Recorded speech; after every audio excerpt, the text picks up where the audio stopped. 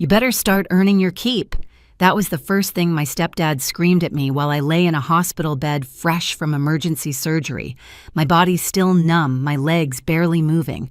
I told him I couldn't work yet. Doctor's orders. 2 weeks. Then his hand came down. The world tipped. Cold tiles kissed my cheek. Blood flooded my mouth. My hands trembled as he snarled, "Stop pretending you're weak." When police rushed in, everyone stared at him in horror. What they didn't know was that this wasn't the worst thing he'd done. The real betrayal had started long before that slap. My name is Emma. I'm in my late 20s, and before that hospital bed became the center of my world, I worked retail during the day and took on creative freelance projects at night. It wasn't glamorous, but it paid some of the bills. More importantly, it kept the lights on in the house my dad left us. My real dad died after a long illness. The kind that drains savings quietly invoice by invoice until you're too tired to argue with the numbers anymore. After the funeral, the house felt hollow. His jacket still hung by the door. His coffee mug sat untouched in the sink. My mom tried to stay strong, but I could see how the weight bent her shoulders a little more each month. That was when my stepdad entered our lives. He showed up polite, helpful, confident, the kind of man who spoke in solutions instead of sympathy. He said he could help organize the payments, said he'd take care of things so my mom could finally rest. 6 months later, they were married.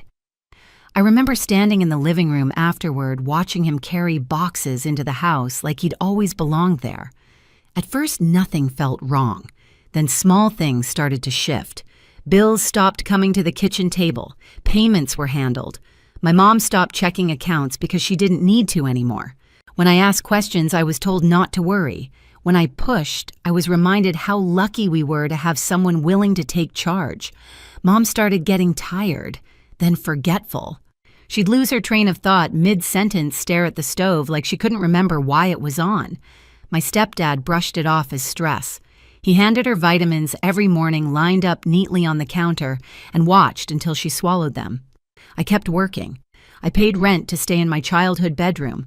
I told myself this was adulthood, compromise, family. Then my appendix ruptured. The pain came fast and violent, folding me in half on the bathroom floor. Surgery followed. When I woke up, my body felt like it had been rearranged without my consent. The doctor told me I needed time. 2 weeks. No lifting, no work. That's what I told my stepdad from the hospital bed. I didn't raise my voice. I didn't argue.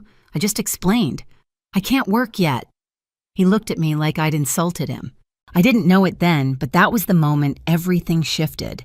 The moment I stopped being family to him and became a problem. And once I became a problem, he stopped pretending otherwise. The hospital room was too bright for that early in the morning. White walls, white sheets, a steady electronic hum that made time feel thick and slow. I remember staring at the ceiling tiles, counting the cracks to distract myself from the pain pulling at my side every time I breathed.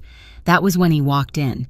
No greeting, no concern, just the sharp sound of the door closing behind him and his reflection in the metal cabinet across from my bed. His jaw was tight, his shoulders squared, the kind of posture people use when they've already decided they're right. He started talking about money before he even reached the bed. Bills, payments, how things were backing up, how I needed to pull my weight. I tried to keep my voice steady when I answered. I told him the doctor said I couldn't work yet. 2 weeks, maybe less if healing went well. He laughed, not loud, just enough to sting. That's when he said it. That line that still echoes in my head sometimes when the house is too quiet. You better start earning your keep. I remember blinking, convinced I'd misheard him. I was hooked to monitors. My IV bag dripped steadily beside me. I hadn't even stood up on my own yet. I repeated myself. Softer this time. I told him I physically couldn't. His face changed. It wasn't explosive anger. It was colder than that. Controlled. Like something inside him finally clicked into place. He leaned closer, lowered his voice, and said I was pretending. Said I was dramatic. Said I was weak. Then his hand hit my face. I didn't see it coming.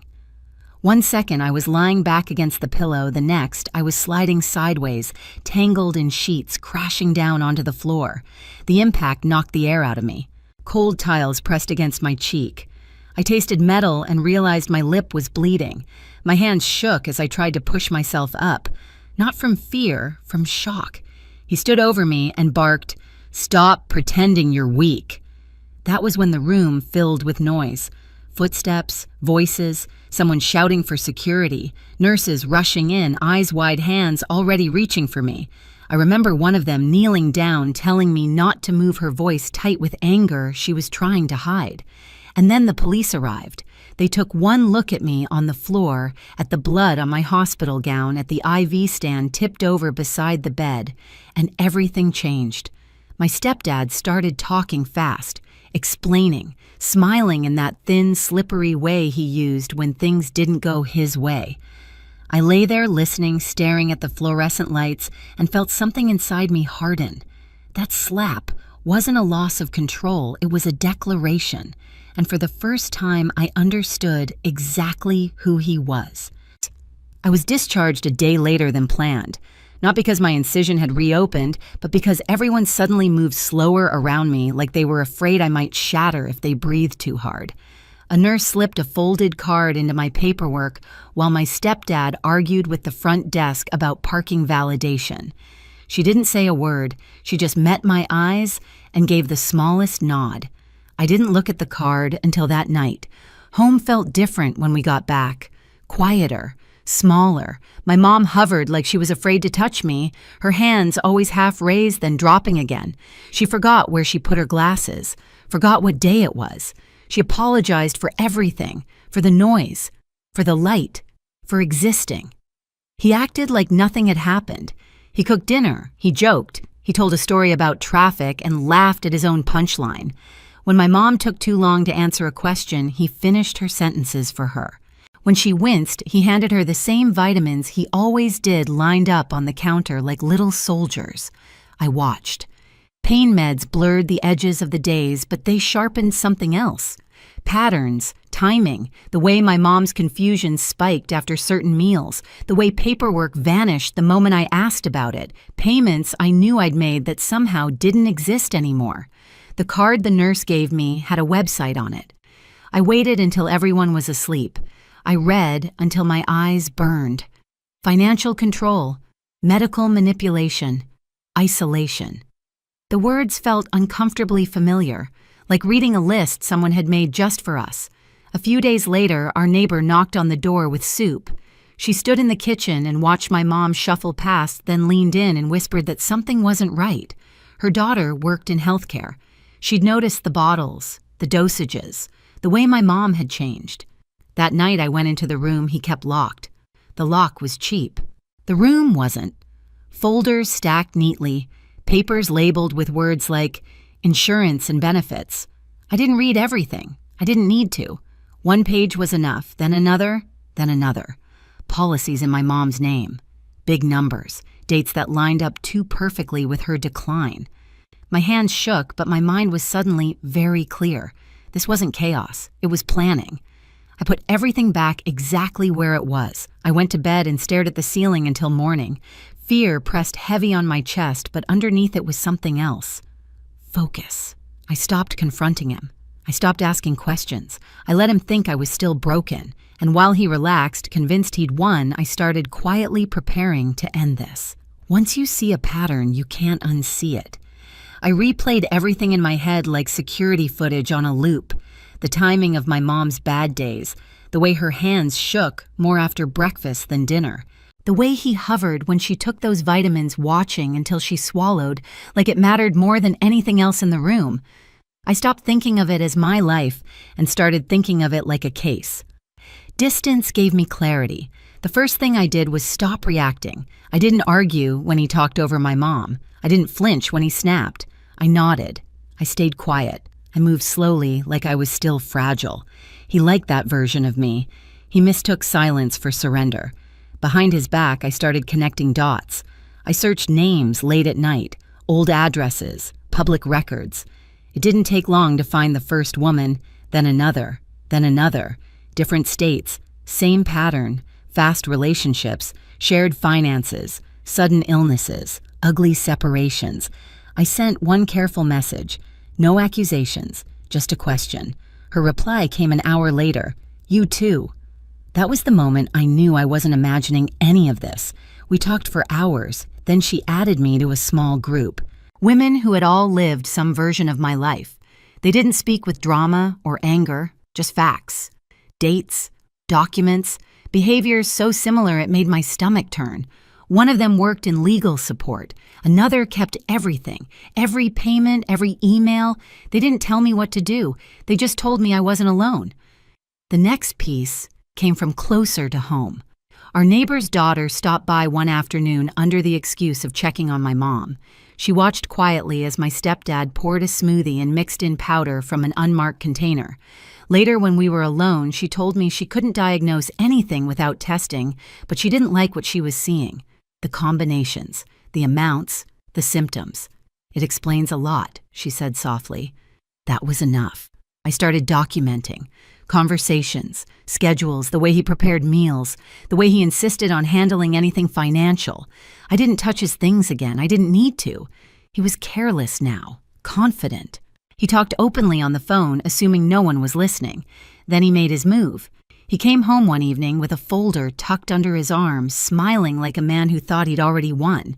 He said it was just paperwork, said the lawyer recommended it since my mom had been confused lately. Power of attorney, temporary, just in case. My mom's hand shook when she reached for the pen. I felt something snap inside me, but I kept my voice steady. I asked a simple question. Shouldn't we have someone there for something this important? Just to make sure it's done right? He hesitated, just for a second. Then he agreed. He said we'd schedule it for the following week. That week was everything. The women I'd connected with helped me understand what mattered, what held weight, what crossed lines. I spoke to professionals quietly, carefully. I didn't exaggerate. I didn't plead. I just told the truth and showed what I had. They listened. The plan came together fast after that. He announced he'd be out late one night for his community league, something he never missed. He left the house relaxed, joking, already counting future money that wasn't his yet. He kissed my mom on the forehead before he walked out. I watched him go and felt nothing but resolve.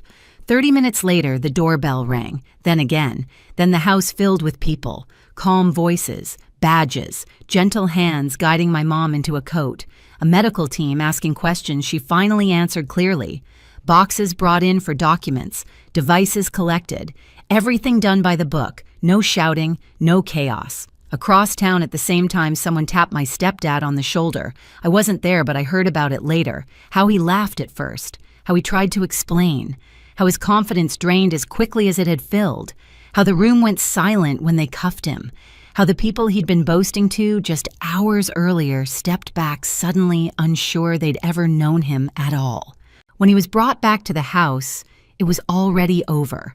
He saw my mom sitting safely on the couch, wrapped in a blanket, answering questions with clarity I hadn't seen in months. He saw strangers carrying out boxes from his office. He saw me standing near the doorway, calm, steady, no fear left to hide. For the first time, he looked small. He tried to talk to me, to explain, to bargain. He said I'd misunderstood everything, said he'd been trying to help, said families handle things privately. I didn't raise my voice. I told him the truth didn't need protecting. As they led him away, he turned once more, eyes sharp with something close to panic. The man who once yelled at me in a hospital bed couldn't find a single word that mattered. The aftermath moved quickly. Testing confirmed what we suspected. Financial reviews uncovered things I hadn't even known to look for. More people came forward, stories stacked on stories until there was no room left for denial. Every attempt he made to control the narrative collapsed under the weight of facts. My mom stayed in care for observation. Within days, her mind cleared.